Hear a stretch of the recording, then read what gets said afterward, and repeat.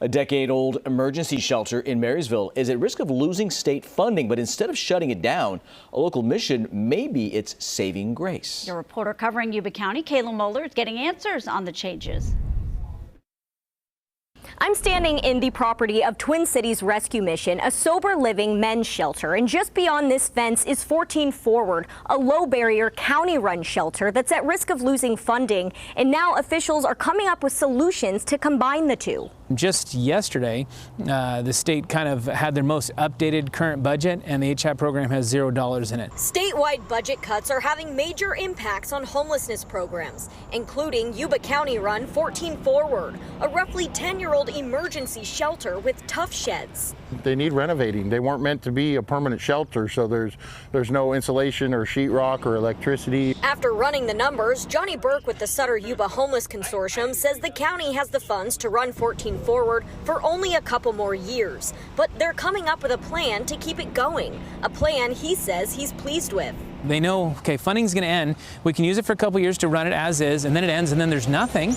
Or we can take that money, invest in infrastructure, make it bigger and better than it ever was, and allow another agency to come in and run it and do services for decades to come. The Yuba County Board of Supervisors will be voting later this month to give site control of 14 Forward to neighboring Twin Cities Rescue Mission.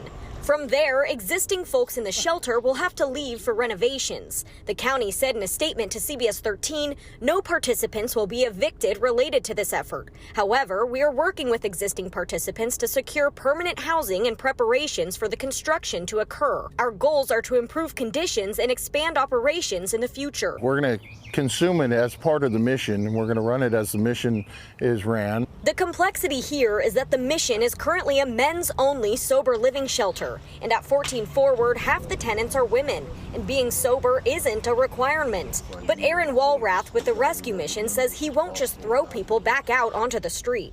I don't require people to be sober to come in. It's a sober living facility, but Jesus never said get cleaned up to come to me. Walrath says the next step is to build a separate women's shelter on the same lot. He says the temporary loss of 14 Forward will be better for everyone in the long run. We might have a different demographic over here, but what we have is working.